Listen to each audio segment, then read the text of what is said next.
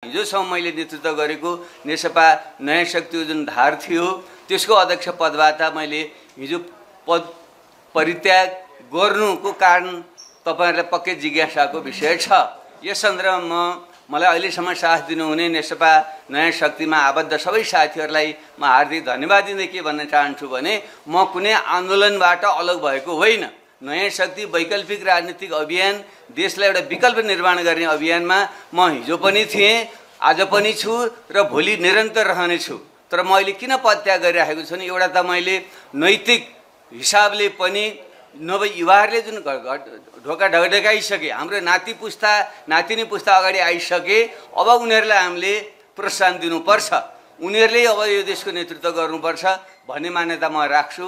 त्यसका अर्थमा यो अहिलेको जुन विद्रोह छ त्यसको एउटा धनजनको क्षतिको बावजुद पनि यसको ठुलो ऐतिहासिक सकारात्मक पाटो के हो भने नेपाली इतिहासलाई अब केही दशक अगाडि बढाउने नेतृत्व गर्ने नयाँ पुस्ता यो सङ्घर्षबाट दीक्षित भएको छ। त्यसैले उहाँहरूलाई पनि प्रोत्साहन गर्नुको निम्ति र नयाँ पुराना दलहरू सबैले आफूलाई कि त रूपान्तरित हुनुपर्छ, एउटा भनाइ नै आएपछि स्थापित भइसक्यो कि त सचिनुपर्छ कि सकिनुपर्छ भन्ने अवस्था जुन छ, त्यस अर्थमा हामी वैकल्पिक राजनीति अभियन्ताहरूले पनि अब आफ्ना जुन समूहहरू छन्, पार्टीहरू छन्, त्यहाँ चाहिँ सकेसम्म नयाँ पुस्तालाई अगाडि सार्ने हामीले प्रयत्न गर्नुपर्छ। त्यो दिशामा पनि बल पुगोस् भन्ने ढङ्गले नै मैले पदत्याग गरेको हो।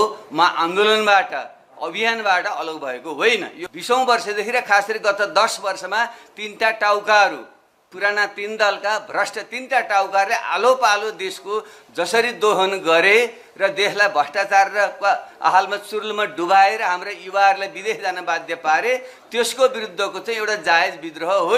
यो आन्दोलनको रापताप सेलाउने बित्तिकै फेरि प्रतिक्रिया देशभित्र र बाहिरका शक्तिहरू खेल थाल्छन् र यो पछाडि फर्कने खतरा हुन्छ र चुनाव उनीहरूले गराउँदैन। जबसम्म उनीहरूले को अनुकूलता आउँदैन त्यति बेला अनेक बहाना गरेर उनीहरूले चार्दै जान्छन्। त्यसको निम्ति तपाईँले निरन्तर दबाब चाहिँ बनाइराख्नु चाहिँ पर्छ।